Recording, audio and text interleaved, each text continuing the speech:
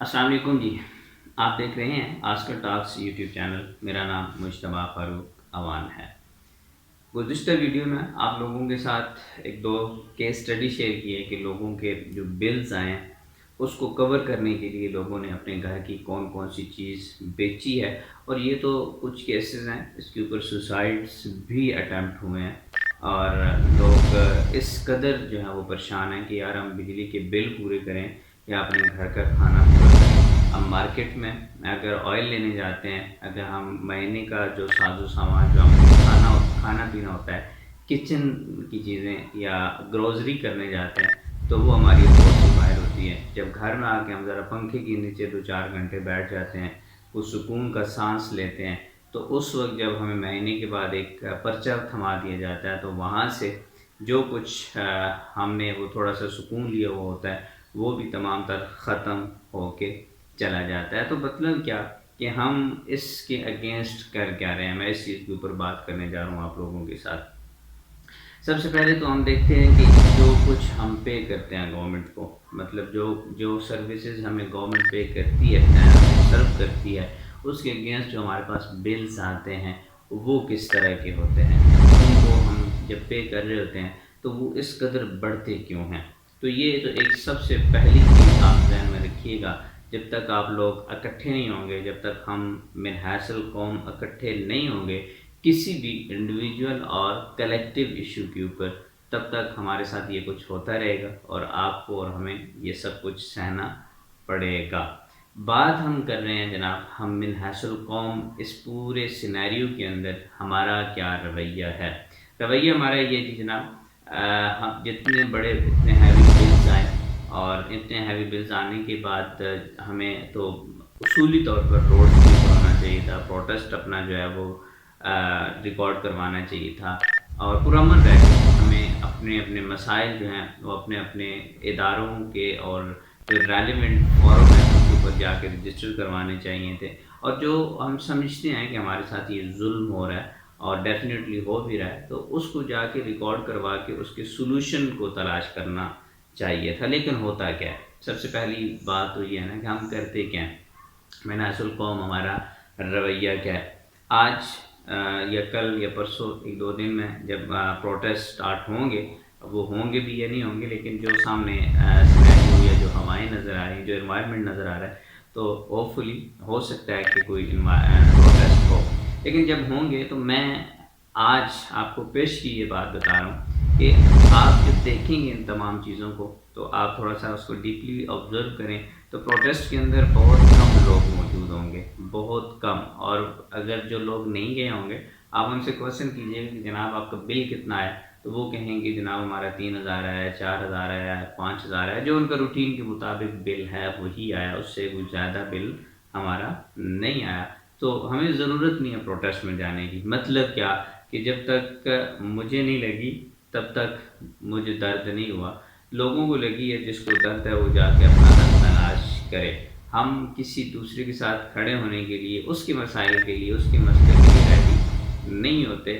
जब हमारे ऊपर मसला पड़ता है, मेरे ऊपर मसला पड़ता है, आपके ऊपर मसला पड़ता है, तो हम तमाम लोगों को अपने साथ खड़ा हुआ एक्सपेक्ट करते हैं कि यार ये तमाम लोग हमारे साथ खड़े होंगे। तो ऐसा होता नहीं है, गिव एंड टेक होता है हर चीज़ के अंदर, हर सूरत के अंदर। अगर आप गिव एंड टेक की तरफ नहीं जाएंगे तो आपको नुकसान होगा और आप उसका कभी भी इजाला नहीं कर पाएंगे। क्या कुछ नहीं हुआ, आपने खुद देख लिया, पेट्रोल की कीमत कहाँ चली गई, इलेक्ट्रिसिटी की भी कीमत कहाँ चली गई, और इसी तरह आप खाने पीने की अशिया की चीज़ें कहाँ चली गई। इस तमाम तर चीज़ों को अगर आप एनालाइज करें तो किसी के काम पे जूं तक नहीं रेंगी कि जनाब हम कहाँ पे हैं और कहाँ जा रहे हैं, और ये इतना हमसे लिया जा रहा है, जो टैक्सेस की मार में लिया जाता है, ये जाता कहाँ है आखिर। इसका जो बेनिफिट है वो कहाँ पे डिस्ट्रीब्यूट होता है। हमें तो कभी भी बेनिफिट जो है वो डिस्ट्रीब्यूट होता नज़र नहीं आता। तो जब हम ये बात करते हैं ना कि हमें कोई बेनिफिट डिस्ट्रीब्यूट होता नज़र नहीं आता, तो जनाब इसमें मेरी और आपकी गलती बिल्कुल शामिल है कि हमने कभी अपना प्रोटेस्ट ही रिकॉर्ड नहीं करवाया पुरअमन तरीके से रह के। हमने अपना प्रोटेस्ट रिकॉर्ड करवाना है। हम मिन हासिल कौम जो हमारा अलमी है वो ये है कि जिस वो एक पंजाबी का शेर है कि जिस तन नूं लगदी है वो तन जाने, تو جس کو لگتی ہے نا، جو اس مصیبت میں ہوتا ہے، جس کو وہ مسئلہ ہوتا ہے، ٹھیک ہے، وہ ڈیفینیٹلی نکلتا ہے. اور سامنے وہ بھی لوگ نہیں نکلتے، وہ لوگ باہر کھڑے ہو کے، دور کھڑے ہو کے تماشا دیکھ رہے ہوتے ہیں کہ یار ٹھیک ہے وہ آدمی ہے نا، وہ کر رہے ہیں، ہم ان کو کرنے دیں، اس کے اندر ان کا مسئلہ حل ہوگا تو ہمارا بھی مسئلہ حل ہو جائے گا. ایک تو ہمارا یہ ہے کہ ہم ایک دوسرے کے ساتھ کھڑے ہونے کے عادی نہیں ہیں، وہ ہمارا کلیکٹیو ایشو ہو، وہ ہمارا نیشنل ایشو ہو، یا پھر ہمارا انفرادی یا انڈیویجول ایشو ہو، ہم کسی کے ساتھ کھڑے ہونے کے روادار نہیں ہوتے. تو جب آپ یا ہم کسی کے ساتھ کھڑے نہیں ہوں گے تو کل آپ کے اور ہمارے اوپر کوئی بندہ یا ہمارے ساتھ کوئی بندہ کھڑا نہیں ہوگا. ایک تو ہمارا یہ رویہ ہے. دوسرا ہمارا رویہ یہ ہے کہ ہم نے جب بھی کچھ کام کرنے کی کوشش کی ہے، ہم نے اپنے انکم کے اوپر کام کرنا نہیں شروع کیا. ہم نے یہ نہیں چاہا کہ ہماری انکم جو ہے وہ انکریز ہو. ہم نے یہ کبھی نہیں چاہا کہ ہم بھی دنیا میں اپنے آپ کو آگے بڑھا سکیں. تو جناب اپنا رویہ تھوڑا سا کلیکٹیولی بھی اور انڈیویجولی بھی اس چیز کی طرف لے کے جائیں کہ جو کچھ ہم کر رہے ہیں، ہماری جو کچھ آج انکم ہے، ہم نے اس کو ڈبل کرنا ہے، ٹرپل کرنا ہے، کیونکہ ہمارے ایکسپینسز جو ہیں وہ انکریز ہو رہے ہیں. ہر چیز کی مہنگائی اور یہ تمام تر چیزوں کو لے کے ہمارے لیے ایک مسئلہ ہے. تیسری جو چیز ہے، ہم دنیا سے سیکھتے نہیں ہیں.